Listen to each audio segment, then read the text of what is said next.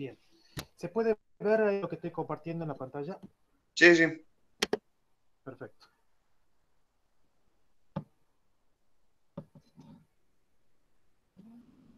Vamos a dar comienzo entonces. Ya saben que representamos la Universidad del Norte, Santo Tomás de Aquino, la Facultad de Ingeniería. Esto es el Centro Universitario Concepción. La cátedra es Métodos Numéricos para Ingeniería en Informática y el tema que vamos a abordar corresponde justamente a la teoría de errores. Bueno, yo le adjunté allí mi nombre, ustedes ya me conocen, Ricardo Cid, y les dejo ahí mi correo electrónico por cualquier consulta. De igual forma, estamos en contacto a través del grupo de WhatsApp. Y antes de empezar con esto de la cátedra de métodos numéricos, les voy a mencionar algunos de los objetivos que tenemos para, para esta cátedra.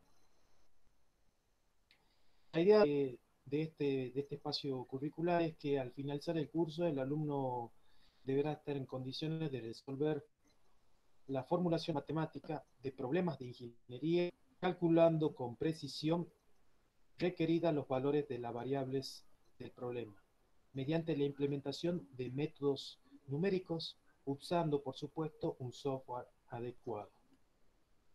Para eso tenemos la solución a problemas de ingeniería. Y allí hay una serie de pasos. Esta serie de pasos corresponde a un algoritmo, es decir, una formulación de un problema, el modelamiento matemático del problema, la solución del modelo matemático, el análisis del resultado y la implementación del mismo.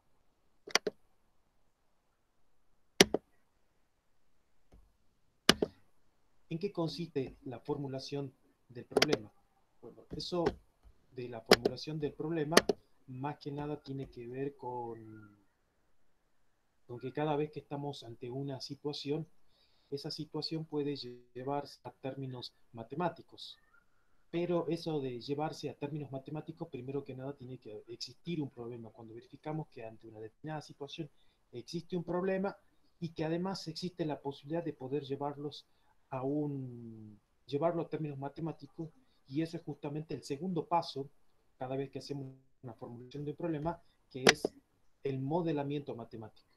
Yo allí les puse una, una expresión matemática, un problema que hay, en realidad un problema abierto que hay dentro de matemáticas, pero es un modelo matemático.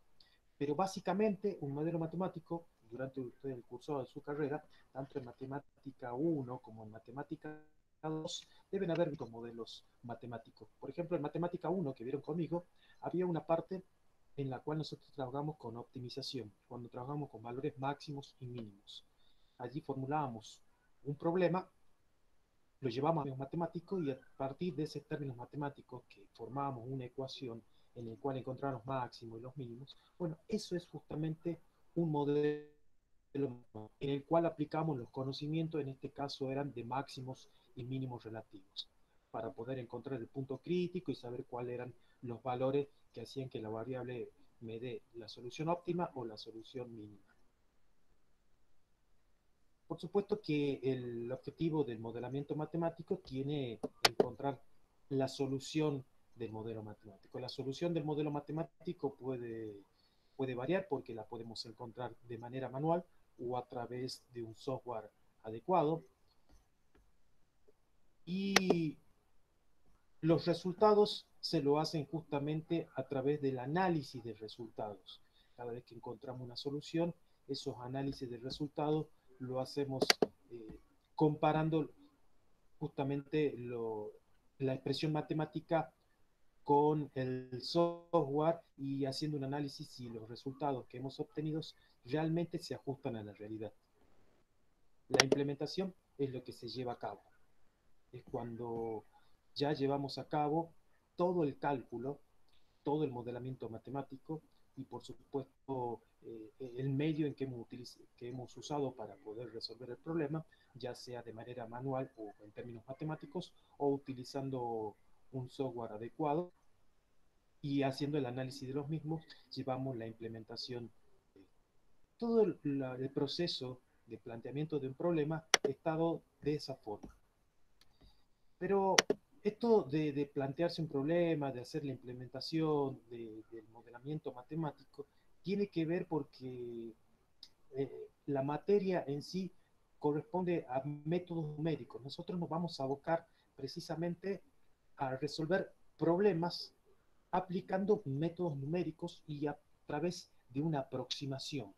Es decir, no vamos a trabajar con expresiones matemáticas exactas. Al contrario, vamos a trabajar con expresiones matemáticas que se ajustan lo mejor posible a un valor exacto. Y nosotros vamos a ver diferentes técnicas de cómo podemos utilizar estos procedimientos matemáticos para acercarnos lo más que se pueda, que sea lo más eficiente o de tratar de encontrar el error que tenga menor significancia al valor original.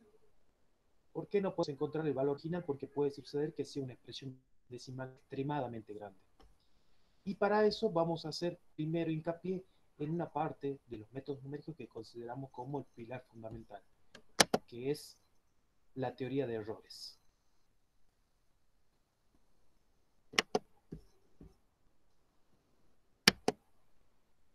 Antes de empezar con la teoría de errores, vamos a ver qué corresponde a esto de las fuentes de error. Las fuentes de error básicamente están dadas porque existen expresiones matemáticas que no son exactas. A veces por ahí en matemáticas se dice que, bueno, matemática es una ciencia exacta. Lamentablemente esa frase tiene un error bastante grande porque en las matemáticas de hoy en las que vivimos trabajamos con valores que distan mucho de ser exactos y con expresiones decimales o muy grandes o muy pequeñas. Y a partir de allí trabajamos con aproximaciones. Vamos a ver entonces el error del modelo o error del problema.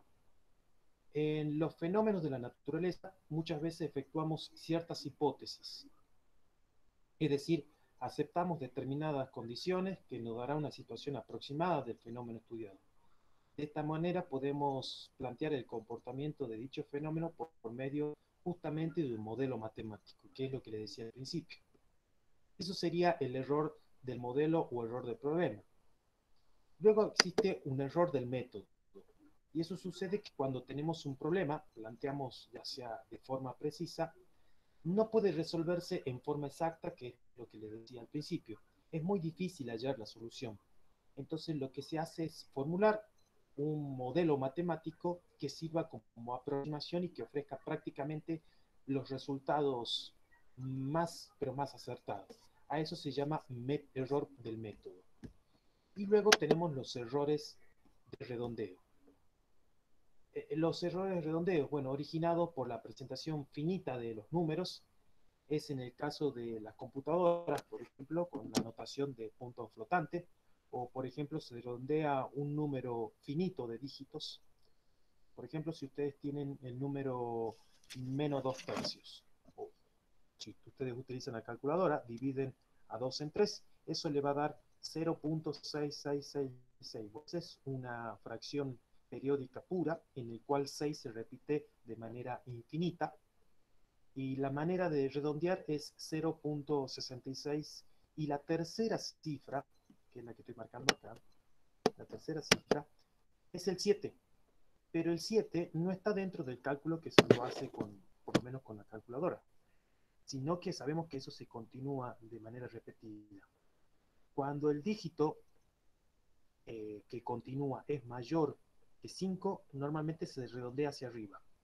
Como en este caso sería 6, nosotros colocamos 7. Y cuando el dígito es menor que 5, normalmente se redondea con un número menor que 6. Así que en este caso sería 0.665. Pero como sabemos que es mayor que 5, lo hacemos 0.667.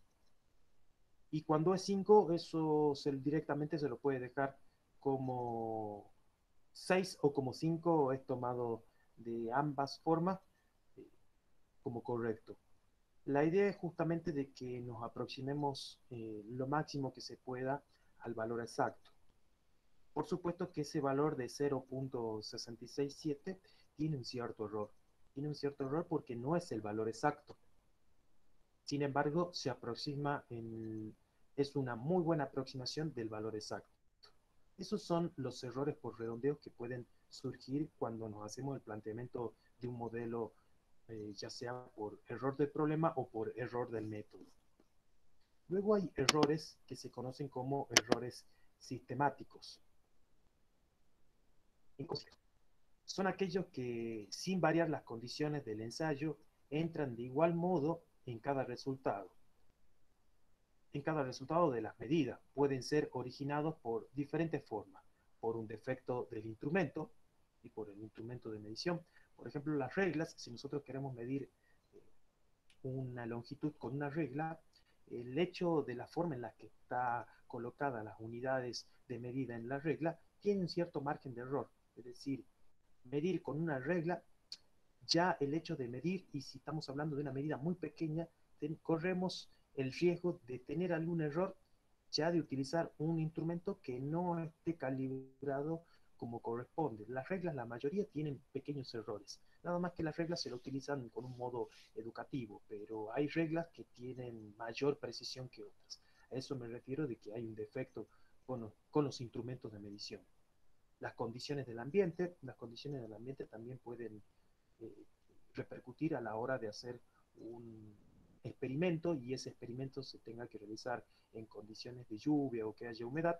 Entonces allí puede producir algún tipo de error en su medida. La metodología de la medición, la forma en la que medimos, a veces cuando queremos medir una cierta longitud de algún objeto y no podemos medirla una vez, tenemos que medirla varias veces y sacar un promedio en base a esa medida. Sin embargo, eso ya contiene un error. La precisión limitada del instrumento, vuelvo a reiterar lo que decía al principio, no tienen la precisión que corresponde a un instrumento de medición, solamente es una idea vaga de lo que corresponde a una medida, la cual dista en algunos casos, dista del valor exacto del cual se está midiendo, entonces el instrumento puede tener alguna limitación a la hora de hacer una medida. Las particularidades del experimentador. Y bueno, las particularidades del experimentador tiene que ver justamente con que el experimentador a veces no está en las condiciones humanas necesarias, a veces sufre una enfermedad o a veces está pensando en otra cosa, y eso sucede también a la hora de medir, repercute porque tomamos medidas que no son verdaderamente exactas, en las condiciones humanas. Entonces, hay una cierta cantidad de errores que se pueden producir por otros factores que son totalmente ajenos al objeto de medición o al objeto de estudio. Y esos son justamente los errores sistemáticos, de los cuales no estamos exentos. Y luego tenemos el error causal o accidental, también conocido como fortuito. Son los que están vinculados con los factores que sufren pequeñas variaciones aleatorias durante el experimento. Supongamos que queremos medir la velocidad con la que un objeto se deja caer desde una determinada altura. Si las condiciones climáticas no son las ideales, como por ejemplo puede haber correr un viento, entonces el objeto puede sufrir una pequeña modificación en la medida que ese objeto se deja caer desde esa determinada altura. Entonces eso es un error casual o accidental o fortuito. Otro ejemplo sería cuando queremos marcar la longitud y a veces la lapicera tiene un trazo bastante ancho y como es una unidad de medida muy pequeña, entramos en el error porque el trazo de la lapicera no es lo extremadamente fino como para poder ajustarse lo más que se pueda a la medida exacta. Bueno, entonces los errores sistemáticos se cometen siempre de la misma manera cada vez que se mide. Muchos errores sistemáticos pueden eliminarse aplicando correcciones simples, por ejemplo, la calibración, usar una regla bien calibrada o usar un instrumento bien calibrado. No pueden eliminarse simplemente repitiendo las mediciones varias veces. eso también sucede.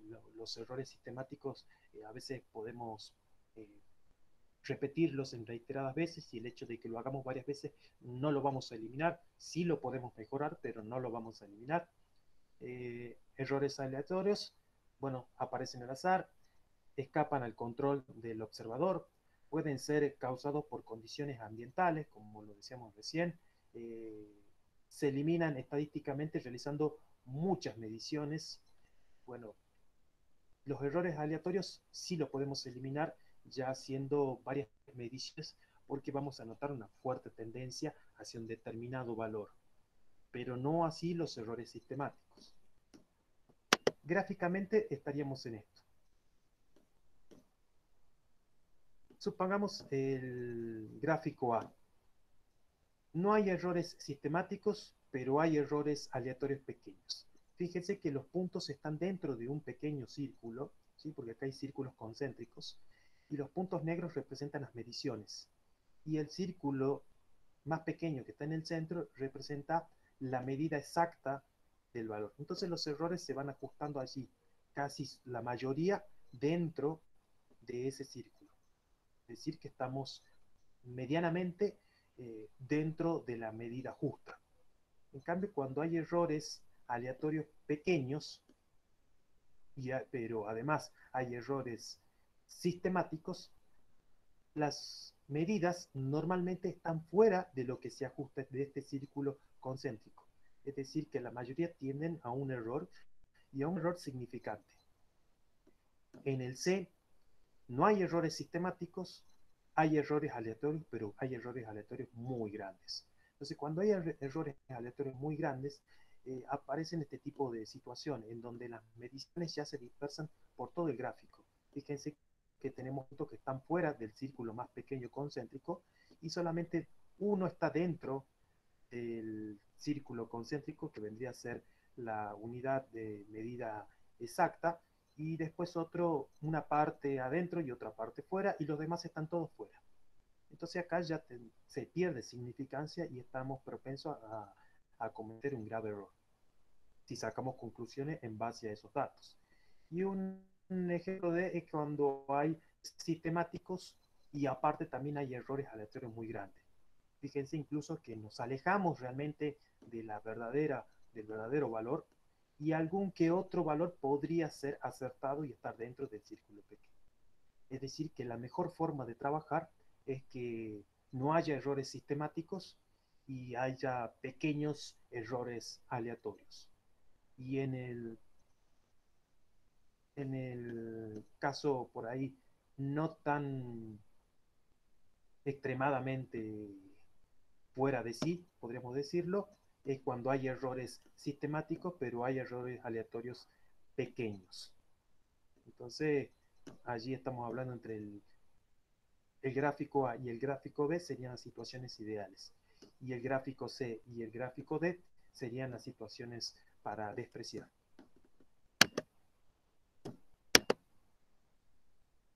Cifras significativas. ¿Qué son las cifras significativas? Se denominan así cifras significativas a todos aquellos dígitos de un número que se conocen con seguridad o de lo que existe una cierta certeza. Por ejemplo, 24,5 centímetros o si lo pasamos a otros a milímetros, entonces podemos decir que son 245 milímetros. Entonces, allí estamos hablando de una cifra significativa. Cuando hablamos con eh, toda la certeza, con toda la seguridad. Reglas generales. Todas las cifras escritas comprendidas entre 1 y 9, medidas en forma confiable, son significativas. Los ceros a la izquierda nunca son significativos, independientemente de lo que estén en la parte entera o en la parte decimal del número. Por ejemplo, los dos primeros ceros de 0.082058 no son significativos. 0,5 metros. ¿Por qué si 0,5 metros lo podemos pasar a 5 decímetros, por ejemplo? Los ceros intermedios, como lo marqué acá, siempre son significativos. Eso ya es otra cosa. Los ceros finales de un número decimal son significativos, pues se supone que se pueden conocer con certeza al escribirlos. Los ceros finales de un dato entero no siempre son significativos, depende si se conocen con certeza. Si se desea expresar que son significativos, se puede expresar con una notación científica, es decir, 3.00 por 10 al cuadrado. Esa notación científica que ustedes deben haber visto en física. Incluso en la secundaria también. En otras palabras, los dígitos significativos son aquellos que comienzan con el dígito distinto de 0 del extremo izquierdo y terminan con el dígito correcto del extremo derecho, incluyendo los ceros finales que son los exactos. Luego tenemos la exactitud y la precisión. Los errores asociados con los cálculos y medidas se pueden caracterizar observando su exactitud y precisión. La exactitud se refiere básicamente a que es cercano o a que este valor está cercano, calculado o medido al verdadero valor. Y la precisión se refiere a qué tan cercano está un valor individual medido o calculado con respecto a los otros. Esa es la diferencia entre todos los conceptos de exactitud y precisión. Errores numéricos. Bueno, acá los errores numéricos se generan con el uso de aproximaciones para, para representar cantidades y operaciones matemáticas, y estos incluyen errores de redondeo y errores de truncamiento.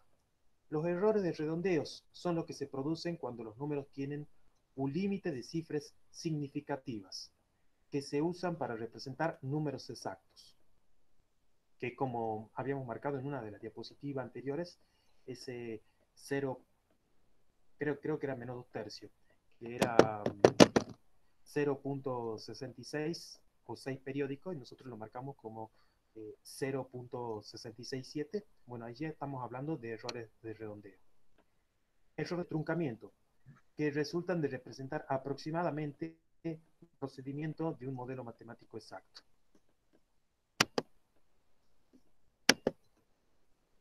Error teórico absoluto, y acá comienza la parte más importante y la que más nos interesa a nosotros. Ya hemos hablado de los distintos tipos de errores, de cuando un error se aleja del valor exacto, de los errores de truncamiento, de los errores por redondeo, pero este es el error teórico absoluto.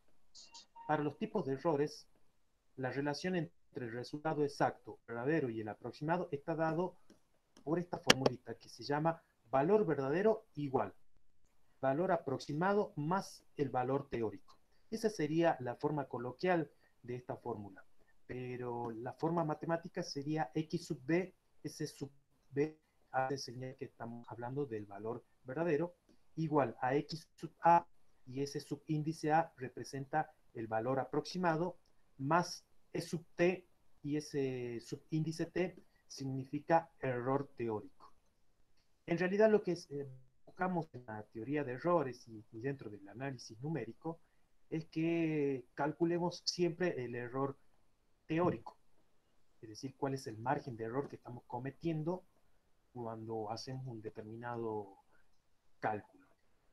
Tenemos el valor verdadero, se le resta el valor aproximado y vamos a obtener un valor. Cuando hacemos esa diferencia corresponde al error teórico. Eso surge justamente de la definición de valor verdadero igual al valor aproximado más el valor teórico, que despejando el error teórico obtenemos la fórmula esta de que el error teórico es igual a la diferencia entre el valor verdadero y el valor aproximado. Sin embargo, hay otro tipo de error que se llama error teórico relativo. El error teórico relativo, un defecto en la definición anterior es que no toma en consideración el orden de magnitud del valor que se está probando. Por ejemplo, un error de 1 centímetro es mucho más significativo que si se está midiendo un remache que un puente. Una manera de evaluar las magnitudes de las cantidades que se está midiendo es normalizar el error respecto al valor verdadero como el error relativo fraccional. El error relativo fraccional va a ser igual al error del valor sobre el valor verdadero. Dicho de otra forma,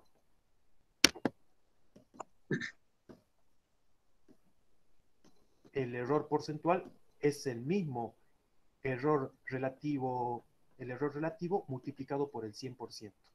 Es algo así como la frecuencia relativa porcentual. Ustedes tenían la frecuencia relativa, la multiplican por el 100% y pasa exactamente lo mismo. Allí obtenemos el error porcentual, que me ofrece un cierto porcentaje de error. Eso es lo que me da. Por eso le dice que es el más usado por su falsa interpretación del error relativo multiplicado por 100, que es lo que se conoce como error porcentual.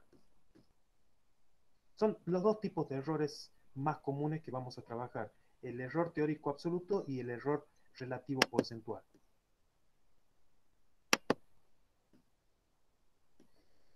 En las situaciones reales no se cuenta con el valor verdadero de una medida. En estos casos, para normalizar el error, una alternativa es usar la mejor estimación posible del valor verdadero. Esto es, el error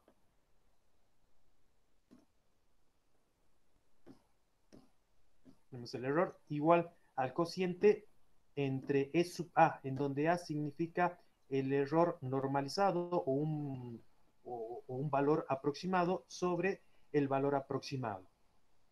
Y ese cociente multiplicado por el 100% es lo que se conoce como el error aproximado porcentual.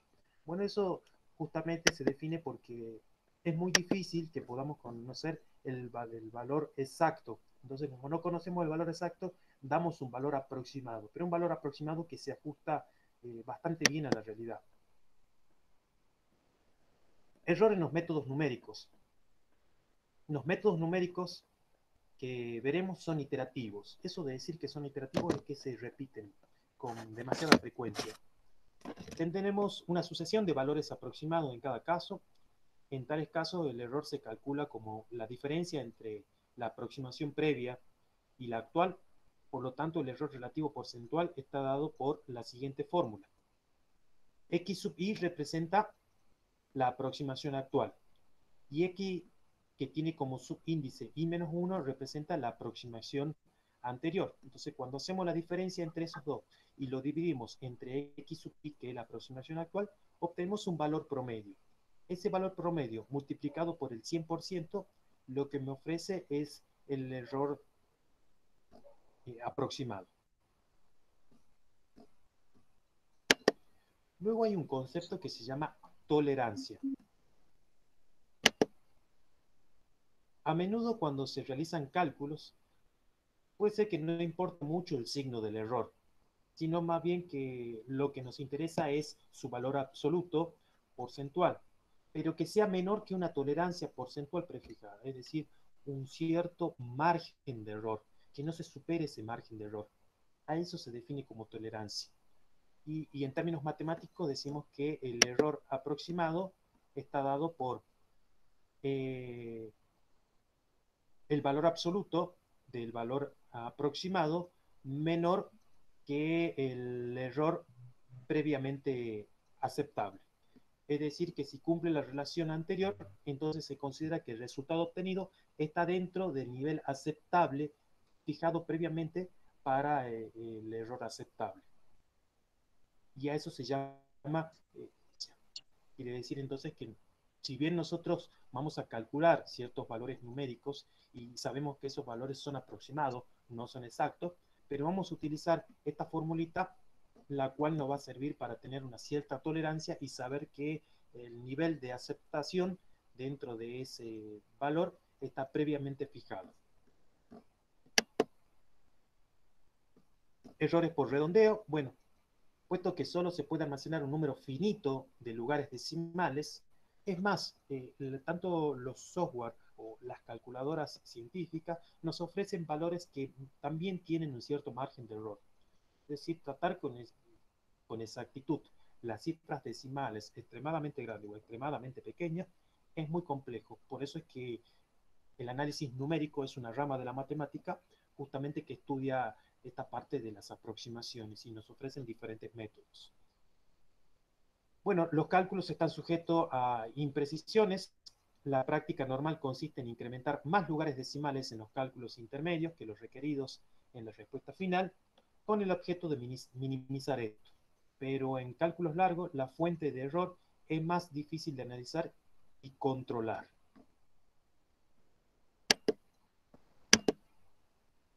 Otra cuestión a tener en cuenta con los errores de redondeo es que en cualquier notación que expresemos los números en las computadoras están sujetos a errores de redondeo, como lo que le acabo de decir. Por ejemplo, el número pi, el número e, que es la base de los logaritmos neperianos, la raíz cuadrada de 7. Ustedes calculen que va a dar una cifra decimal, pero da una cifra decimal infinita no periódica, que ustedes bien saben no se puede transformar en una fracción, pero son infinitas. Y la calculadora tiene una cantidad finita de dígitos para ser ingresados. Por lo tanto, tiene un cierto margen de error y eso se llama error de redondeo. En resumen, llamamos error de redondeo a la omisión de cifras significativas. Hay dos tipos de redondeo, redondeo truncado y redondeo simétrico. El redondeo truncado. El redondeo truncado se puede realizar por dos caminos. Perdón, el redondeo se puede realizar por dos caminos. El redondeo truncado y el redondeo simétrico. Por ejemplo, supongamos que el número pi es 3,14, 159, 26, 53, 58 y siguen las infinitas cifras no periódicas. Ese número es el que aparece cuando ustedes sacan en la calculadora el número pi. Ese número está guardado en un sistema de numeración de base 10 que lleva 7 cifras significativas. Un método de aproximación podría ser simplemente omitir o cortar el octavo y además términos, como en pi igual a 3,141,592. Fíjense que acá lo que hice es cortar simplemente después del 9 el 2. Ya el 6, el 5, el 3, el 5 y el 8 lo he despreciado. Entonces lo cortamos. O sea que acá tenemos un cierto margen de error y acá yo se los puse ya calculado. Igual si no lo entienden el error, no se preocupen porque ya después les voy a explicar cómo calcular ese error. Tenemos un cierto error, pero es un error de truncamiento. Eso de truncamiento es directamente cuando cortamos el número o cuando en análisis matemático por ahí usamos algún ejercicio y necesitábamos del valor pi y decíamos, el valor pi es 3,14. Perfecto, usamos el 3,14, pero estamos aplicando un redondeo por truncamiento. Se está cortando directamente y no se tienen en cuenta las cifras que siguen después del 14. Eso es un redondeo por truncamiento. Esta técnica solo Esta técnica es en retener solo algunos términos significativos, es decir, como redondeo por truncamiento.